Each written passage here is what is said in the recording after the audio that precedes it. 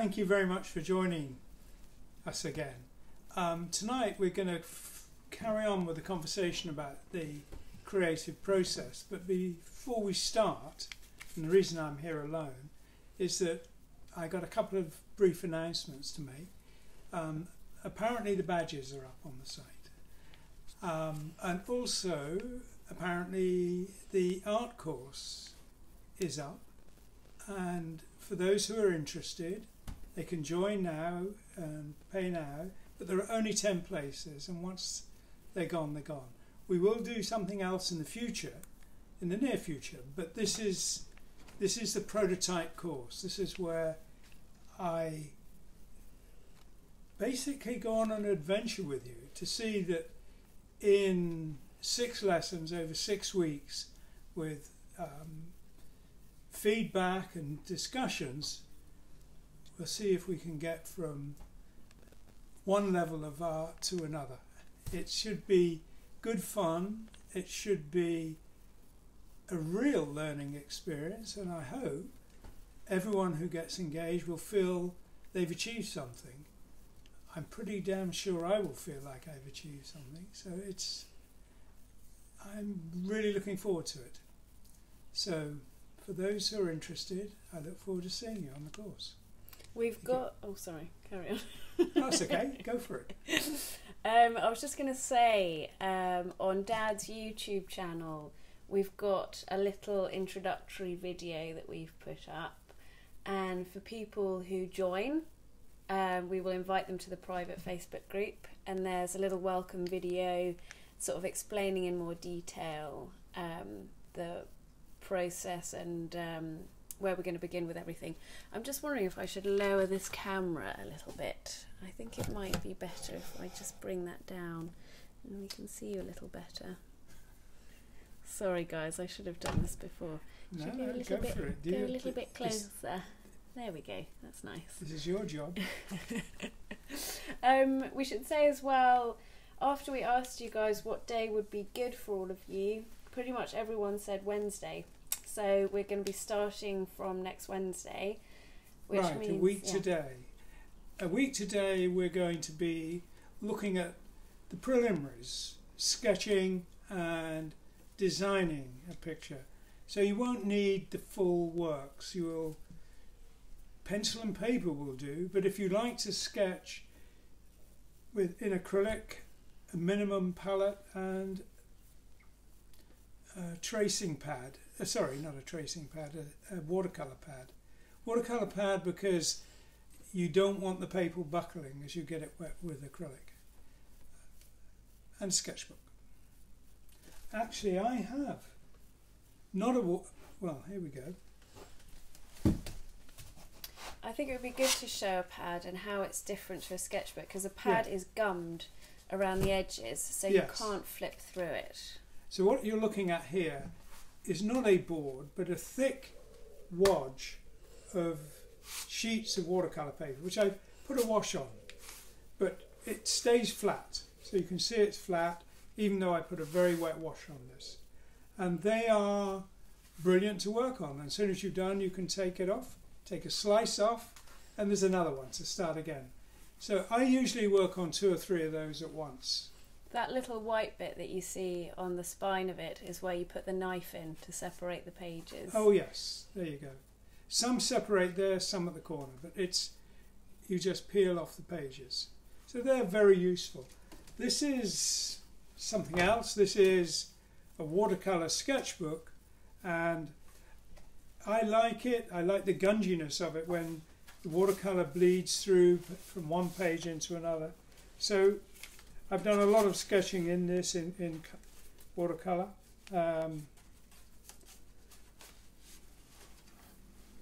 We had a comment from Stuart saying all this talk about the course is only for 10 people. The first one is only going to be for 10 people. So the first one is going to be the only live one, and it's part course and part us developing the course, and that's why we're going to keep it very small. But assuming everything goes well, after this first one we'll be opening them up to larger groups. Yes, we will. But for tonight we're talking to everybody. So after this announcement, we're getting back to talking about the creative process. Yes. Are you going to join me, Gail? I will join you. So the only other thing I have to say about this is when I joined Dad, I can't see your comments and questions anymore, I'm afraid. Or maybe if I open my phone I can do that and have another look. So if you have comments and questions, the other thing that I'll say is if you put them in here, we go through all of the questions from the Monday and the Wednesday and try and answer everything we can in the Friday Q&A. So we'll probably record the Friday Q&A tomorrow, and we'll go through all of the questions from today and on Monday. Well, you can't promise that we answer all of them. I can't promise. I promise we'll go through all of them, and then when we've collated all of them, we'll try and get through as many as possible on Friday. We try and get a nice compromise between sort of just bullet point question answering as getting through as many as possible and having an actual conversation. Yes. So come here and talk. Okay. Yes, have another laptop you can have it sitting to answer questions. Do you know what? That's a good point. I will bring my phone so I can see your comments and questions.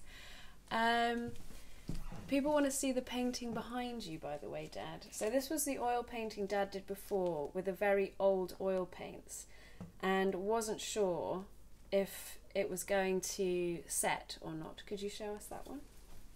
Well, it's a very crude one, but yeah.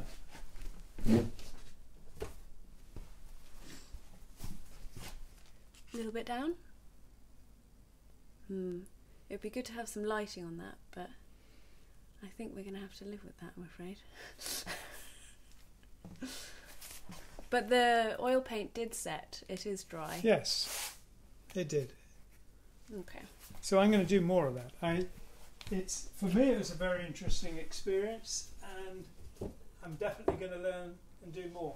And what I particularly liked about it, I could do it on top of an acrylic base and an acrylic painting. So that was an interesting lesson. Okay, so what I'm going to do now is an experiment. I'm going to try and watch the live. I'm so bad at this stuff. I'm going to try and watch the live while we're doing it so I can answer your questions as they come up. I go for it. Go look at it from time to time, Okay. not all the time. I'm going to keep it here. Yes, so if you're looking for the course, Colin has put in the comments, it's in the shop. So if you go to Dad's website, which is rogerdean.com, and then you go to the shop, it's in there. And that's where you can see all the information and apply/buy.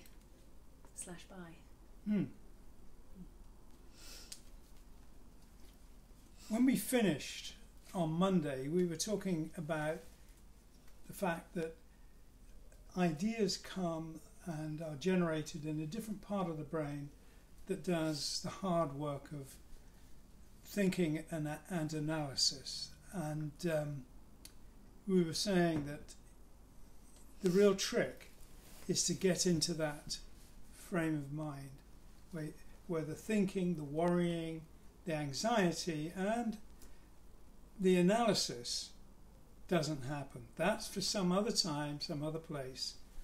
And we were looking at some very basic processes to get into that space.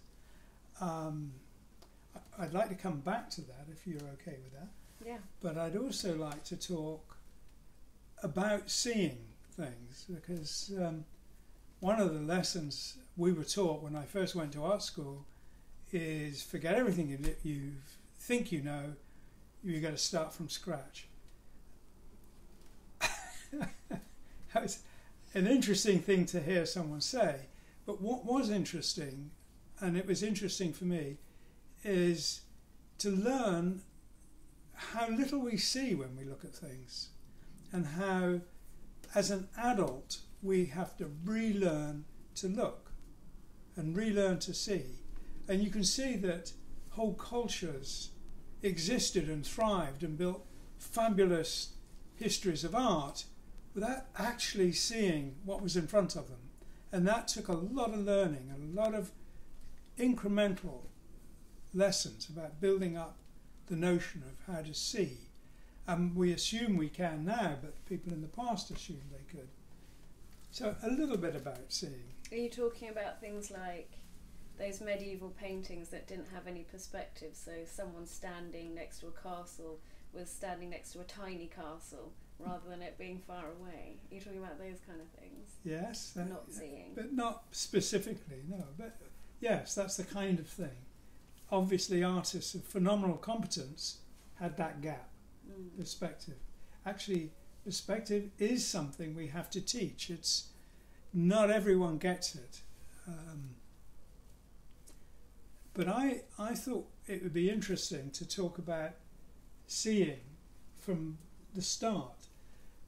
When babies learn to see, what they're doing is not observing the world with the best optical system ever seen on Earth. They're actually looking with rather poor optics. We all have, even people with great eyesight, have relatively poor optics. The messages the eye sends to the brain is modest in the information it gives.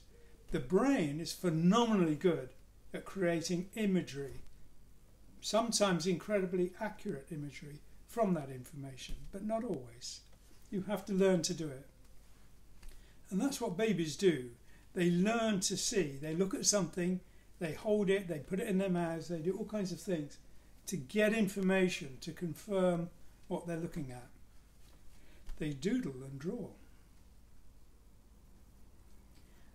I'm a little bit wary, but I'd like to talk to you a little bit about seeing things that are there and how we learn the shape and colour and things by observation and recording, hand-eye coordination. Sorry, love, you're not joining in. Not passing the baton to you. I can say two things that help, that are tricks for it. So one of the ways of tricking yourself into seeing is to subvert your expectations of what's there. So if you're working from an image, turn it upside down and draw it rather than drawing it how it is. Yeah. Because if you draw, say, a face, you're going to draw what you expect to see there as much as what's actually there. Whereas if you do it upside down, you'll notice how much harder you have to work and how much more often you'll be checking, because all of that time where you're not really checking is you making it up. So turning it upside down is a good way of making sure you look as much as you should be looking. The other thing that my tutor, Andrew Beckett, taught me is draw the space between things. So if you were drawing us right now, don't do Dad's outline and my outline. Look at the space and the shape of the space between us. Look at the space around my arm here rather than drawing the arm. And because you're subverting your expectations and you're not looking at the things that you assume you understand, you will be much more careful about how you draw those shapes. And those are some tricks for making yourself see things how they are. Yes. What I was going to say is, we spend, if you're going to be an artist and you go to art school, especially in the past when they actually taught academic painting and academic painting techniques, you spent a lot of time learning to see and a lot of time learning to transfer that information from what you see into your brain via your hand onto a piece of paper. And a terrific amount of real estate in your brain is about hand-eye coordination. It's massive. And by doing that all your life, that's one very good way of exercising the brain. But what I want to come to is reversing that process, because you learn to see, you train the mind to record accurately and expand upon the minimal information it's getting into a very detailed image. But because the brain is so good at that, it can sometimes create an image from something that isn't there. And I've had a number of experiences of that. And from when I've talked to people, I know a lot of people have had this experience of seeing very clearly something that isn't there. And before anyone thinks we're too weird, everyone does it, and it's the way the brain works. And I'll give you two examples. When I was a child, 9 years old maybe, I can't remember my age, I was going for a walk in the country on my own, not far from where we lived, but towards a small river, small stream. And as I approached the stream, I saw a model battleship under the water, so big. And it was a pre-First World War battleship with a ram at the front, 2 funnels, 2 turrets at the front, 1 at the back. And as I got nearer, I saw more and more detail. It was phenomenally beautiful, phenomenal detail, just under the surface of the water. And I didn't take my eyes off it. I stayed absolutely focused. I walked into the stream, shoes on, clothes on, into the stream, and as I bent to pick it up, it turned into a bit of wood. It didn't look anything like what I'd imagined, but I'd managed to create an incredibly detailed image and hold it for a substantial amount of time. And as I say, I've talked to other people who've had that experience. But I did something else when I was at art school. We had very limited money as students. Buying records, I don't think I bought an LP until well after I'd left college. Same with books. You know, we would have an art bookstore. There were some wonderful ones in London which had breathtaking books, way out of what we could afford. But I loved looking at them. And sometimes I would flick through and the pages would turn. And this happened. I would see something that wasn't there. And it was absolutely dependent on the speed of the flicking page. Too fast and I'd see nothing. Too slow and I'd see what was there. And I'd see this thing and think, oh my God, that was amazing. And it wasn't there. I'd search the books. And I'm not saying it's such a useful tool. It's an important thing to learn to do. But it was an interesting one. It's kind of random. And I think when you're doing this, the experience of seeing, not seeing, seeing something beyond there, beyond what is actually there, is a fascinating process and worth exploring. When you did your finals at St Martin's, you had a talk from Jonathan Miller. Jonathan Miller, yes. And he recommended a number of books on the biology of seeing, didn't he, to your students? What I wanted to say about that, though, was you wouldn't have seen that battleship if you hadn't seen a battleship. Correct. So one of the things that's very important if you want to make those moments of ambiguity richer is just by feeding your eyes as many interesting images as you possibly can. And whatever you're interested in, if you're interested in things that are mechanical, look at the internal structures of mechanics or cars or other artists' work or anything. And the more that you have in there, the more your brain has to make an impulsive amalgamation of when you're seeing something else. As an example, as a sort of slightly tragic example, I subscribed to Vogue for 10 years, from 16 to 26, and I don't recommend that you do that. Much better magazines exist, like Salvage, it's my favourite. But I really do think it's partly responsible for this thing that I have. If I don't wear glasses or contact lenses, everyone is a supermodel until they get about here. For better or worse, I'm not saying that's a world I'd want to live in, but I'm just saying, particularly living in contemporary society with advertising and films, you know, that's your expectation of a human form. That's what your mind puts together when it's ambiguous, for better or worse. But the more you feed that back catalogue, the more it has to layer when it's not sure of what it's seeing. Yes, I wouldn't say you can only see things that you've seen. The battleship example that Freya gave is correct. It was something the form of which I knew. No, but let's say you've seen a battleship and a flamingo, and you see something that looks like a battleship with bright wings coming. Your mind might mix something and create. And it does, yes. I think, well, the importance, you can't overstate the importance of feeding your imagination with imagery. It's an endless task, and picture books are great, magazines are great. Going out to places is more important. You just simply have to see the world in any way, whether it's a walk in the local park or in the country, which I have to say is endlessly fascinating.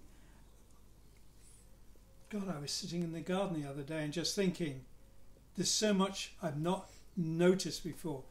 You have to keep feeding the imagination, and then it will feed you at the right moment. And if we're talking about creativity as well, one of the ways that I work is physically doing what we're talking about. So if we're saying, when you're looking at something and you can't quite tell what it is, the mind builds it up out of things that you've seen already. A way of creating new artwork that I found very useful is by cutting out lots of images of animals and shells and insects and other people's artwork and all kinds of different things. And I have several boxes of cutouts of different things.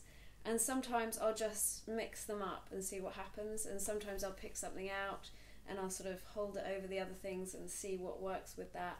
And sometimes the idea of conceptualizing a fully formed image from nothing, I think, is impossible, or would come up with something maybe not that fantastic.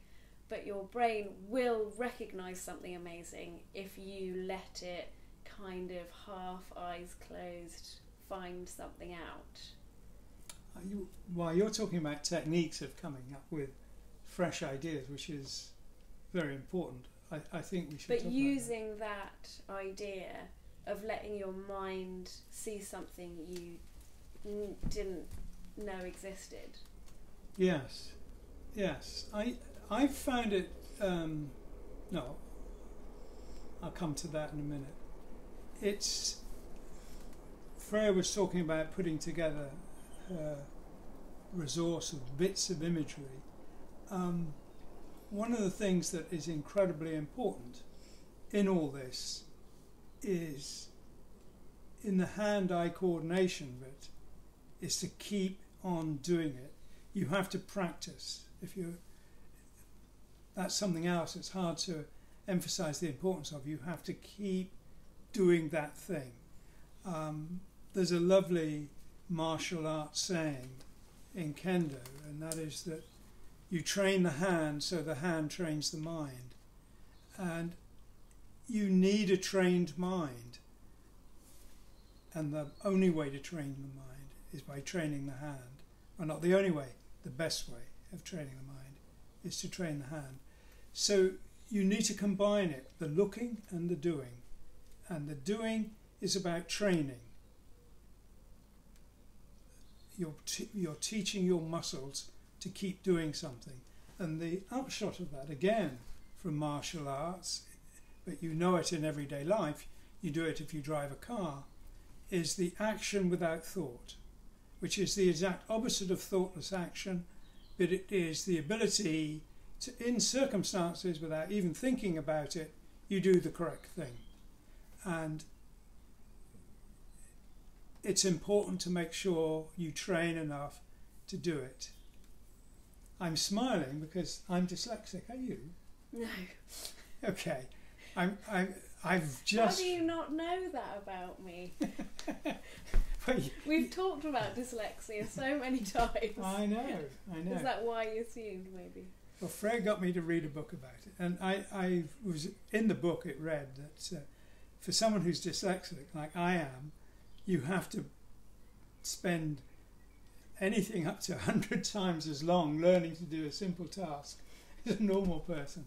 I don't know, but there's advantages too.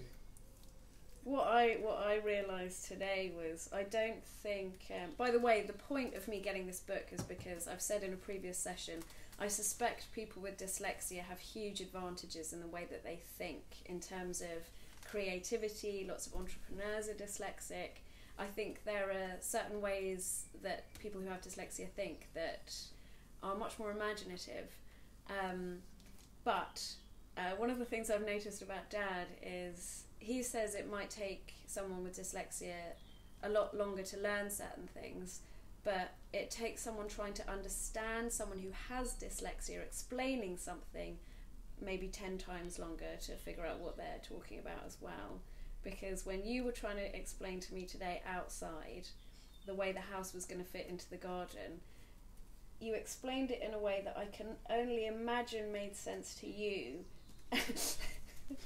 because it didn't seem to relate to any kind of reality someone else could make sense of. But it did make sense to you in the end. It did because I had to explain it to myself with you observing.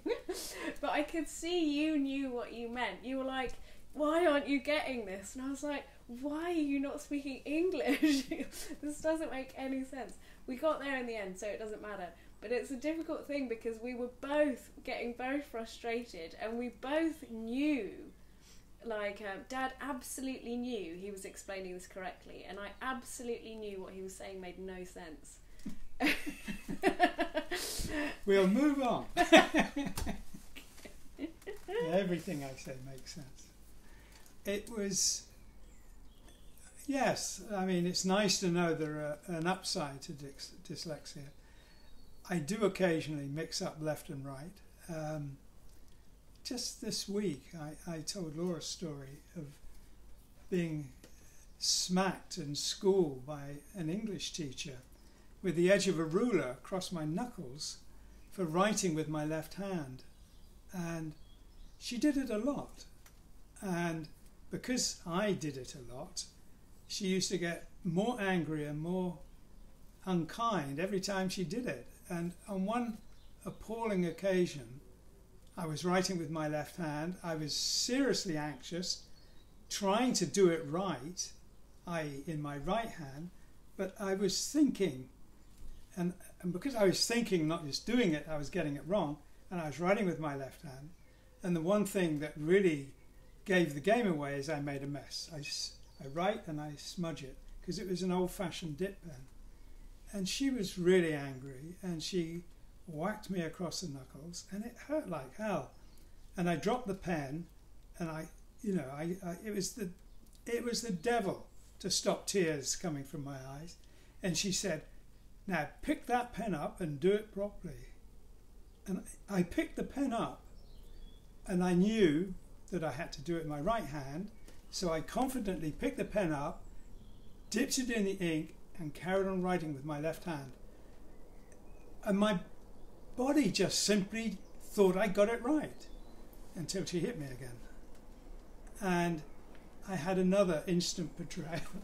For the body does all the wrong things at the wrong time.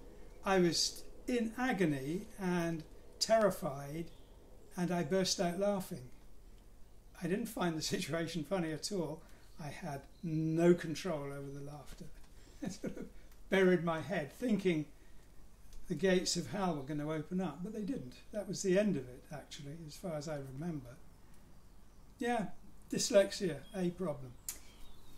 That reminds me of a story about creativity, actually, but... Well, this is what we're supposed to be talking about. Yeah, no, but there's an idea that... So if creativity is a cycle, lots of people find it a cycle of incubation, quickening, birth, growth, entropy, death, incubation. round and round and round, and you have that cycle happening. And I've heard someone describe how creativity works as being very like the Persephone and Hades story, where Persephone is kidnapped by Hades and taken to the underworld, and this is how we get summer and winter. When Persephone is with Hades, we have 6 months of death, and then rebirth happens when she comes back to Earth. But in one of the versions of that myth, the way that Demeter, Persephone's mother, discovers where Persephone is by being visited by a spirit called Bebo. And Bebo is a sort of very naughty, slightly obscene spirit who's like naked and tells terrible, rude jokes and things. But one theory is the idea of that is that to break this cycle of being in that state of death, of incubation, you need a sort of outburst of absurdity. You need something to break that sort of seriousness. You need to laugh. You need to kind of get out of yourself and subvert everything. So Bebo is the catalyst for coming out of that creative death period. Fits perfectly. Are you humouring me? No. But what I'm saying is, you said you didn't have a problem then after that writing. And No, I didn't say that. I didn't have a problem with the teacher. She didn't hit me again. Okay. I don't recall, frankly, being particularly left-handed. When I was at college, I could use either hand, and I didn't notice a bias. When I did, we had to learn to do gradations that looked like airbrushes with Chinese ink, and you put a wash on, and you mustn't let that line dry. So you put a wash on, and then you add another, and then you add another, and you keep a little tsunami of ink flowing down the page, and it's infinitely easier if you can use both hands, and that didn't seem a problem. I'm pretty much committed to doing things right-handedly now. We've got lots of lefties commenting. Lots of lefties and dyslexic people. But that's the thing, like we've talked about it before, we've got to be more careful about not repeating ourselves, but I said it before, I've been to 3 art schools, and the percentage of dyslexic and or, usually together, left-handed people was something like half. And that is, They've got to put them somewhere. Well, that's the ungenerous way of thinking of it. But like the creativity and those two things seem to go together. Yes. I mean, you talked about a way of pushing ideas by playing around with the juxtaposition of images. I've never found it a particular problem to come up with an idea, but having a trigger is an immense help. And one of the things I do with these sketchbooks is the paper is transparent. So when I'm working here, I can see the page underneath. And sometimes when there are multiple images, I get images that surprise me. I can watch you doing this here while you're doing it, but there's a bit of a lag. So I was hoping to look down and tell you where to put that sketchbook, because it's a little bit far away for everyone to see. I know that from now. It is very odd watching this while we're doing it though. Okay, this is my sketchbook. Hold it nice and close. Is it visible? I can't tell yet. There's about a 10-second lag. Oh my God. Or 5, maybe 5 seconds. Okay, so this is my sketchbook. It's an oldish one, and there's a lot of colour work in it, and yeah, that looks sort of good. Yes. So these are Close up there, I would say. these colour sketches are done with what's the name of that Swiss company? Caran d'Ache? Caran d'Ache? Yes, they're watercolour crayons. And the reason I like them is they make a very dense mark. when you draw on tracing paper with them, which is, or detail paper, which is what book is made from, the tooth in the paper takes a big helping of crayon off it. So you wear through them quickly, but it makes for an incredibly rich and intense colour. But what I like about this, though, is you see through to images underneath, and it does throw up ideas. It does give you ideas for details as much as for a whole new painting.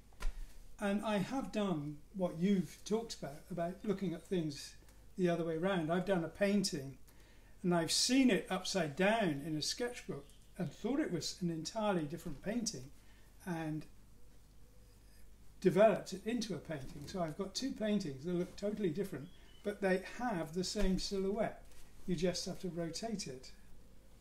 There's another thing I do, which is with this. When I put a wash on that's this rough, it's easy to make it smooth, but when it's this rough, it keeps feeding back ideas.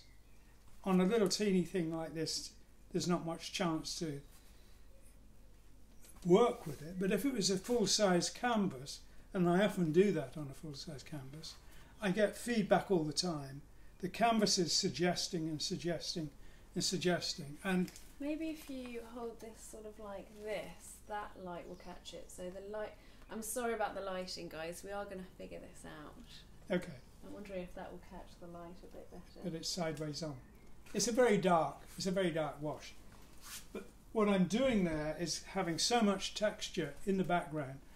Paintings like Return to the Centre of the Earth and Journey to the Centre of the Earth, the two Rick Wakeman projects, were done absolutely like that. It was like an entirely abstract painting, and I just thought, oh, that looks a bit like this, that looks a bit like that, a little bit of lighting here, move a bit around there. You spend maybe a ratio of 10 to 1 in the amount of time you look at it to the amount of painting on it, and sometimes because of that. But it's a very satisfying way of working. I think the point is, though, whether you're cutting out images and mixing them around, or you're sketching in tracing paper, or you're finding pictures in the random or playing, you have to have that at the beginning, where you haven't got I heard a quote by Einstein which was something like ambiguities of trying to know where it is in space and time. So I think it's the same thing when you're trying to come up with an idea. It will become that if you have an idea and you need failures, so you need that store of attempts. We've been talking quite a lot about just the mechanics. There's something else I've done. We've got a frozen situation. Yeah. Everybody. What? Sorry, the screen froze. Sorry, that was. It should be. Let's see. Let me know if that's any better now, guys. I hope. Jasper says, let's talk amongst ourselves. Yes, please do. Someone said loose cable. Yeah, so actually what it was, I hope I'm here. I hope you can see me. Someone let me know if we're back. That would be good. If you say something, Dad, because you do look frozen. Oh, okay. If you could just move around. That's my normal look. You're just staring at me. Okay, good. So I'll tell you all what happened. This is the problem if I'm not back here. We plugged the phone in. I'm going to show you how techie we are. We've got this hanging cable from the ceiling that I plugged the phone into, but we forgot to turn it on, so the phone wasn't on charge. Oh no. And it was saying that there was a low battery. But we're all good now and it shouldn't happen again. I'm so sorry about that. But thank you all for letting me know, because that came up on my phone and I saw it. Yep. Okay. That's a relief, actually. Yeah. So where did we get to? Where did we get to? I don't know. Well, I was going to... I remember what I was going to say, so I'll go over it again. One of the things I do to kind of kickstart an idea when I know I've got to do something and I'm not quite sure which way I'd like to start, I look at something I've done before that I've enjoyed, and I think, what would happen if I looked round the corner? If I looked in the opposite direction? What is the view over here or over there? And that is a good way, I find, for me to sort of start the process going. But what you have to do in all these things is not interfere with thinking about it. So step out of your own way. Yes, absolutely. And as I say, the easy way to do that, you can meditate, you can do all kinds of things, but the easy way, if you're drawing or painting, is a fully engaging story. Someone reading to you, a brilliant audio book, anything that really engages you, because your brain definitely does it better without you interfering. Someone's saying it's frozen again. I'm just going to check. Sorry. Yeah, let us know, guys. It doesn't seem to be frozen. It seems... Okay, cool. No, it seems fine on mine. Yeah. So someone commented, it just humanises you more, implying that we were already very human and then now we're more human, which is maybe Neanderthal? Or what's more? It doesn't sound good. Doesn't really, does it? No. We got one comment which I just, before we get into any more, and I suppose we're kind of nearing wrapping up, but someone said they were having problems on the website checking out on the shop for the course. I'm going to go through that. If you send us an email, we'll get back to you as soon as this is over, and I'll find your comment as well, and we'll figure out what the problem with that is. Okay. We will have a word with the people who are good at the technology stuff. That is us. Don't say anything different. Where were we? In an embarrassed puddle, I would say. Okay. I'm going to try and dig us out with something that I noticed today. Go for it. So sometimes I teach children art and English, so I have classes in Japan, and this morning I had a private lesson with a boy, and he loves trucks and dinosaurs, and I'm having an exhibition in my doll's house of my students' work in July, and you should explain they're mostly very young. Yeah, but not all of them. Some of them are adults. Okay. It's going to be an interesting mixture. But so I thought I wanted him to do some paintings, and I thought I'll let him choose whatever he wants and I'll do it with him. And what he wanted to paint was a sort of digger thing. And so I did it with him, and I did him an example, and it absolutely paralysed him. And everything he tried to do after, he was just getting so frustrated and upset with himself. And I said to him, like, it doesn't have to be perfect, you know, just do whatever you feel like, just relax. And then I sort of drew some helicopter wings on mine and said, look, it doesn't matter. And that made him more upset, because then he wanted to put helicopter wings on his and couldn't quite get that either. And I thought, he's so young to be feeling the pressure of this, and I'm his teacher. If I'm not better than him, why is he doing the lessons?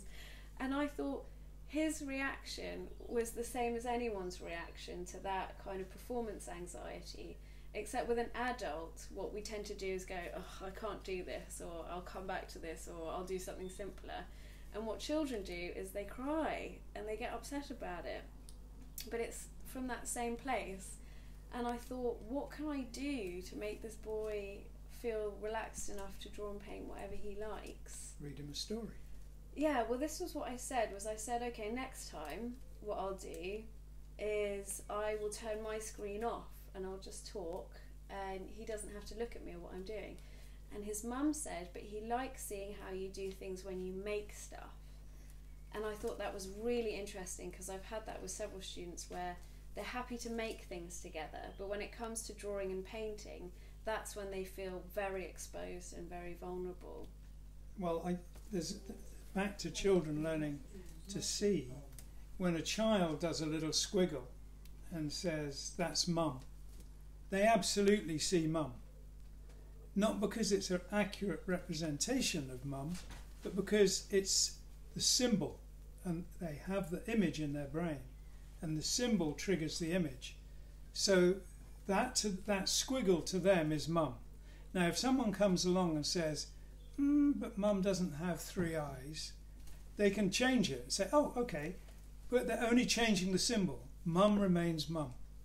And that transition from making a mark that's a symbol to making a mark that's a representation, I don't know when that happens, but it takes a while to start making things look like something and wanting to. But what I want to know is, when and why do children start self-criticising and editing?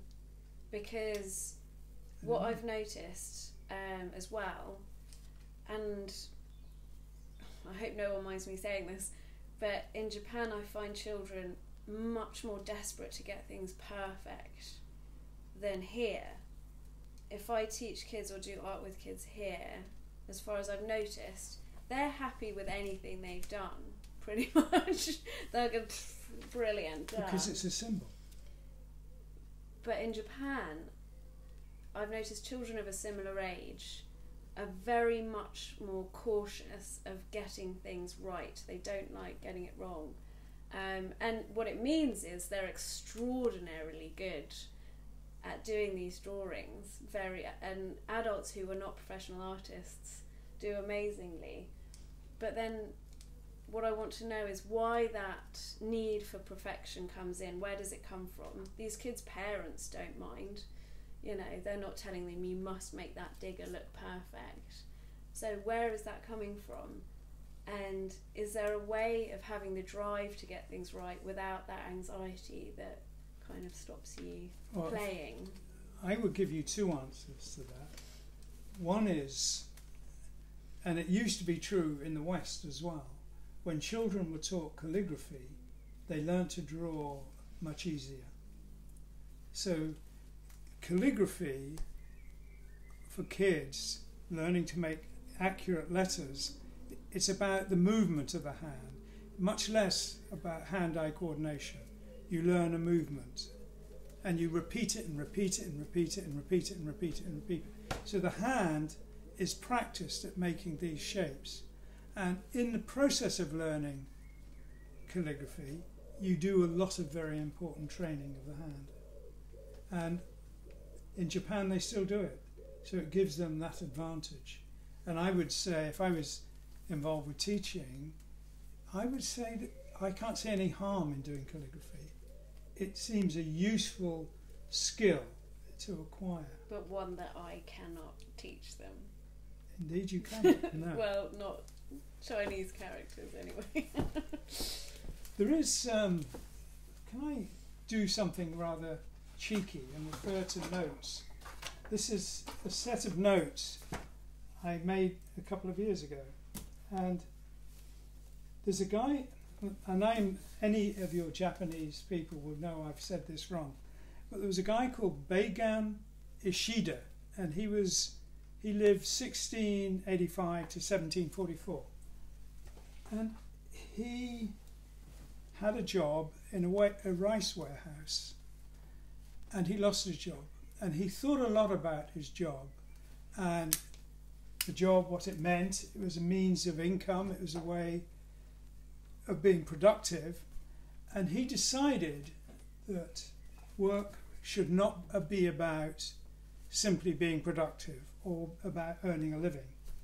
Work was a way of expanding consciousness and polishing the soul and all those spiritual things to achieve a kind of perfection, and to achieve a kind of perfection, not just for perfection in its own right, but because it was a way of enlightenment. And he started schools all over Japan, which put a lot of emphasis on doing the daily things every day a little bit better, every day a little bit better. And it's a notion that has kind of spread through the Japanese culture, and it's fascinating, really. So are you saying... What are you saying? I'm saying in relation to my pickle.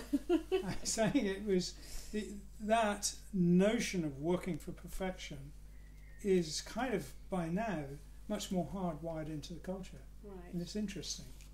Because it has pros and cons? Or...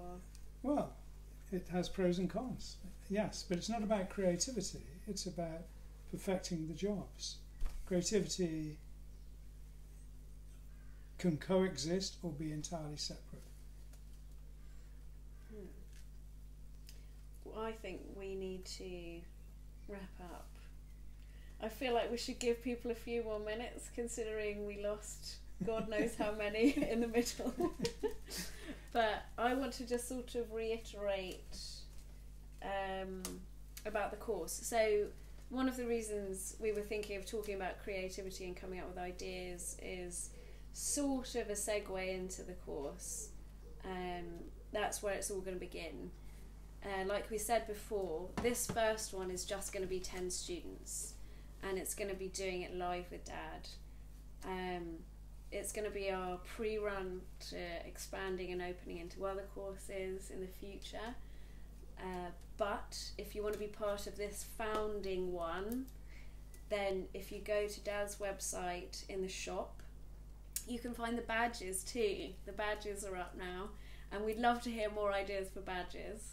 But you can also find the course, the description, the schedule, and on Dad's YouTube channel he's done a short introductory video to it as well, if you want to hear Dad talking a little bit more specifically about that.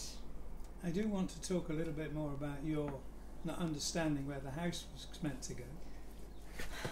The point about that is we are right in the process right now of figuring out what has to be done to the prototype, figuring out how to move it. I mean, the prototype has to be dried out. It might have to be cut into 2 or 3 segments. It has to be moved, and it has to be juggled through a very difficult tangle of trees. It has to go on prepared ground, and it has to be reassembled and then renovated. So there's a lot of little bits to this, not counting the planning and all that kind of stuff. So just to go back to Freya's dilemma, we were actually looking at the hoped for site for this today, and it would be a perfect fit if we can put it there. Yes. I mean, the conversation literally was something like, it's gonna go between that line and the other wall. What other wall? Well, the wall that isn't on those 2 sides. What 2 sides? Look, right there. What are you talking about? And this was about 5 minutes, and it was raining, so we didn't want to go outside and actually point out the space. So we were both just having this conversation. No, it's a fact of nature. Daughters aren't supposed to understand their dad's first time out. Right. Yeah, well, there you go. Anyway, was there any other business, so to speak? No, other than that, what our plan is to film and record every bit of that journey of renovating the house, bringing it here, and restoring it. And we'll do these things in the future from it. But I'm still hoping to do the talk on the architecture starting, I keep saying next week, and the weeks go by, but I think we will do it next week. But we are probably just going to do 1 live session per week when we start the courses. Yeah. When we start the course, because it's going to take up a lot of, particularly Dad's, but both of our time kind of, it's going to be quite an intensive thing between the people who sign up, because there's going to be feedback going back and forth and talking and sharing images. It's going to be quite time intensive, as it should be, but that might mean that for that period of time we're just doing 1 live and 1 Q&A in a week. And after the course, in its first session, we'll have 2 new YES projects to do, so we'll come back to that. Great. I always feel like there's something else. Is there anything else? You can put it on Facebook if there is. Yes. Okay, so we've got a Q&A on Friday. If you've got questions for Friday, I love it when you put question for Friday and then your question, and we will try and get to your question on Friday. Thank you very much. Thank you. Turn that off. And it was in your mind only that the camera froze. In reality, it didn't.